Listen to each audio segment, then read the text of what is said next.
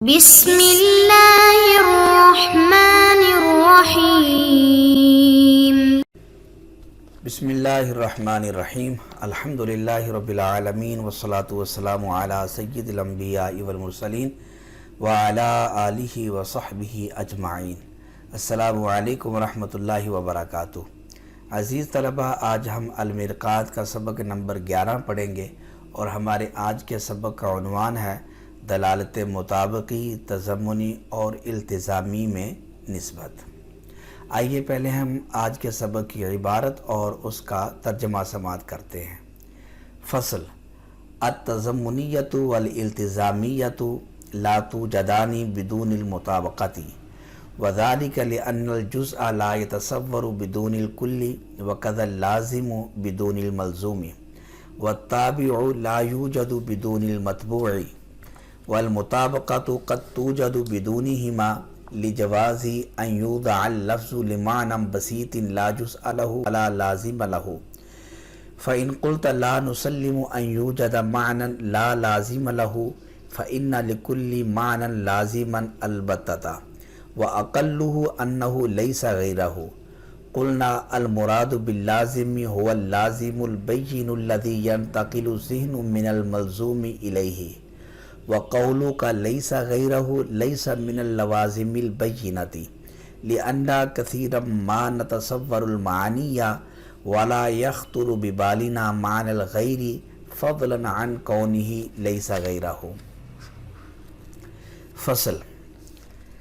تضمنی اور التزامی دلالت مطابقی کے بغیر نہیں پائی جا سکتی، اور یہ اس لیے کہ جز نہیں متصور بغیر کل کے، اور اسی طرح لازم بغیر ملزوم کے، اور تابع نہیں پایا جاتا بغیر متبوع کے، اور مطابقی وہ کبھی پائی جاتی ہے ان دو کے بغیر، کیونکہ جائز ہے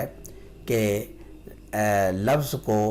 معنی بسیط کے لیے وضع کیا گیا ہو، ایسا معنی بسیط جس کی نہ کوئی جز ہو اور نہ اس کا کوئی لازم ہو۔ بس اگر آپ کہیں کہ ہم تسلیم نہیں کرتے کہ پایا جاتا ہے ایسا معنی کہ جس کا کوئی لازم نہیں، کیونکہ ہر معنی کا کوئی نہ کوئی لازم ضرور ہوتا ہے، اور کم از کم یہ کہ انہ لیس غیرہ۔ قلنا، ہم نے کہا کہ مراد لازم سے لازم بین ہے وہ لازم بین کے ذہن ملزوم سے اس کی طرف منتقل ہو جائے، اور تیرا قول لیسا غیرہ نہیں ہے لوازم بینہ سے، کیونکہ بہت دفعہ ہم معانی کا تصور کرتے ہیں اور ہمارے دل میں غیر کا معنی نہیں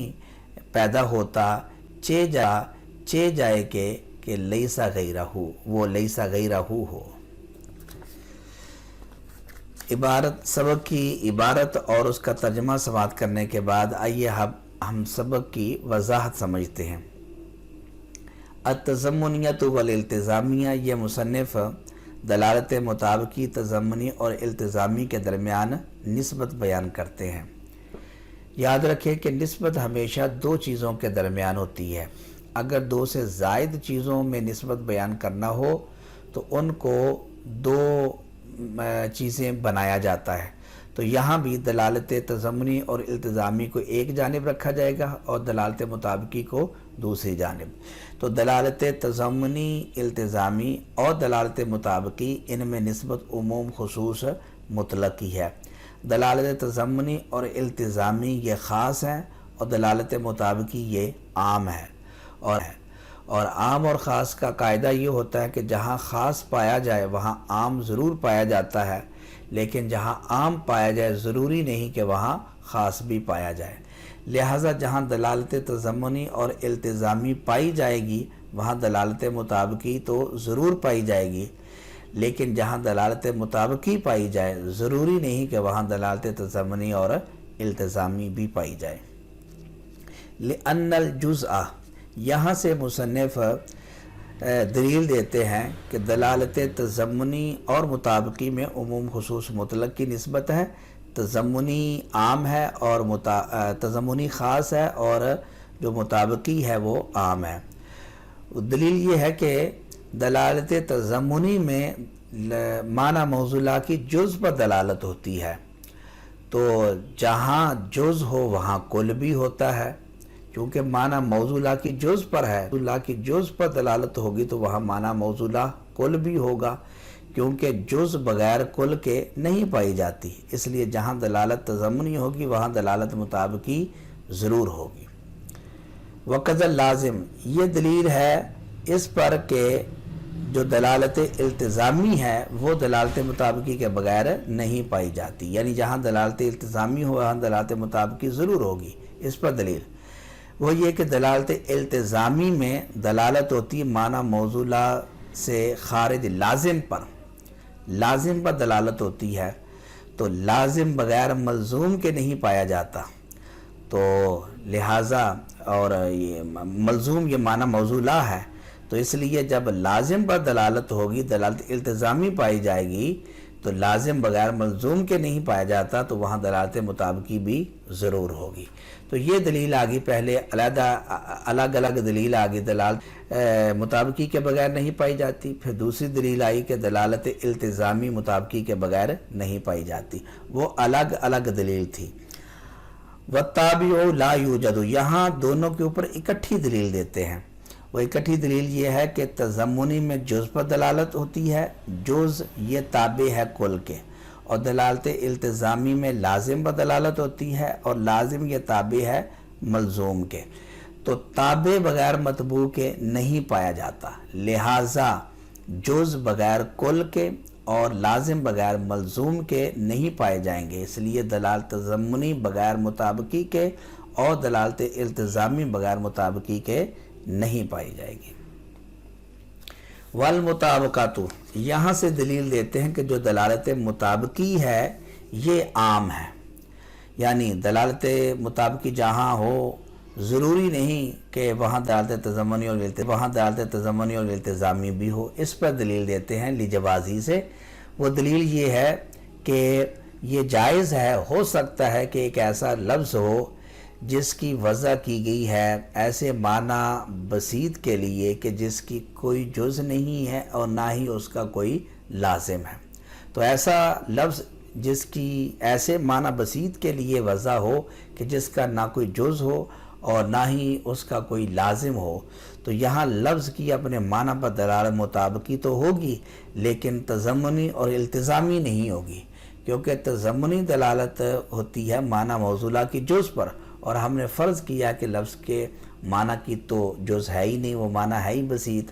اور دلالت التزامی بھی نہیں ہوگی کیونکہ التزامی میں دلالت لازم پر ہوتی ہے، اور ہم نے فرض کیا ہے کہ اس معنی کا کوئی لازم بھی نہیں ہے، تو یہاں دلالت مطابقی تو پائی گئی لیکن دلالت اور التزامی نہیں پائی گئی۔ فَإِن قُلْتَ، یہ ایک مشہور اعتراض ہے۔ اعتراض یہ ہوتا ہے کہ تم نے کہا کہ جہاں مطابقی ہو ضروری نہیں کہ وہاں تضمنی اور التزامی ہو، کیونکہ ہو سکتا ہے کہ لفظ کی ایسے معنی بسیط کے لیے وضع ہو جس کی نہ جز ہو نہ لازم ہو۔ چلو ہم یہ تو تسلیم کرتے ہیں کہ معنی کی جز نہیں ہے، لیکن ہم یہ تسلیم نہیں کرتے کہ ایسا کوئی معنی ہے کہ جس کا کوئی لازم نہیں ہے، کیونکہ ہر معنی کا کوئی نہ کوئی لازم ضرور ہے۔ یہ تو ہو سکتا ہے کہ ایسا معنی ہو جس کی کوئی جز نہ ہو، لیکن یہ نہیں ہو سکتا کہ ایسا معنی ہو جس کا کوئی لازم ہی نہ ہو، کیونکہ ہر معنی کو اور نہ صحیح کم از کم یہ تو ضرور ہر معنی کو لازم ہے کہ انہ لیس غیرہ، یعنی غیر کی نفی یہ ہر معنی کو لازم ہے۔ مثلا مثال کے طور پر یہ لیس غیرہ کا معنی کیا ہے کہ مثلا کتاب، اب یہ دیوار یہ کتاب کا غیر ہے، تو کتاب کو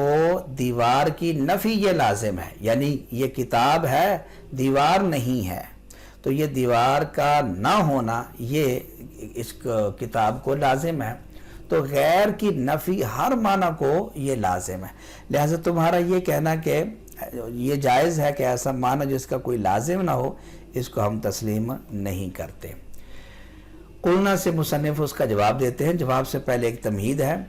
تمہید یہ ہے کہ ہم نے جس لازم کی نفی کی ہے اس لازم سے مراد ہے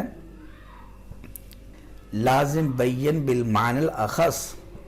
اور لازم بین بالمعنی الاخص کہتے ہیں کہ فقط ملزوم کے تصور سے ہی لازم کا تصور آ جائے، یعنی ہم ملزوم کا تصور کریں تو ملزوم کے تصور سے ہی ہمیں لازم کا تصور آ جائے، لازم کا الگ ہمیں تصور نہ کرنا پڑے، اس کو کہتے ہیں لازم بین بالمعنی الاخص۔ تو اب جو آپ نے لازم نکالا ہے انہو لیسا غیرہ، یعنی غیر کی نفی یہ ہر معنی کو لازم ہے،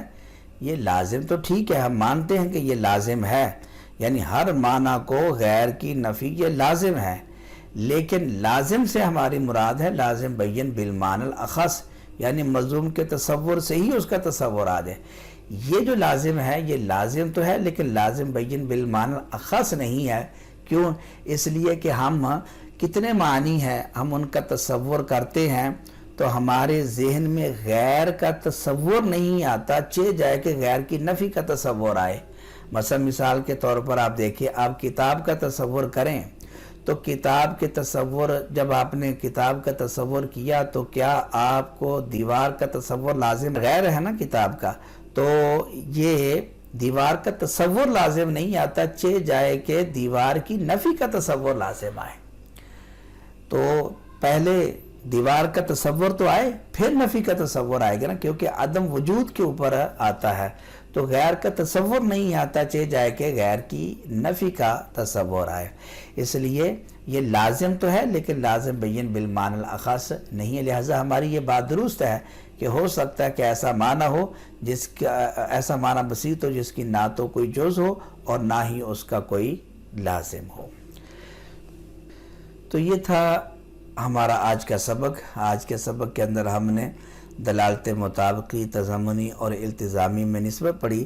کہ تضمنی، التزامی اور مطابقی میں نسبت عموم خصوص مطلق کی ہے، تضمنی اور التزامی خاص ہیں اور مطابقی یہ عام ہے۔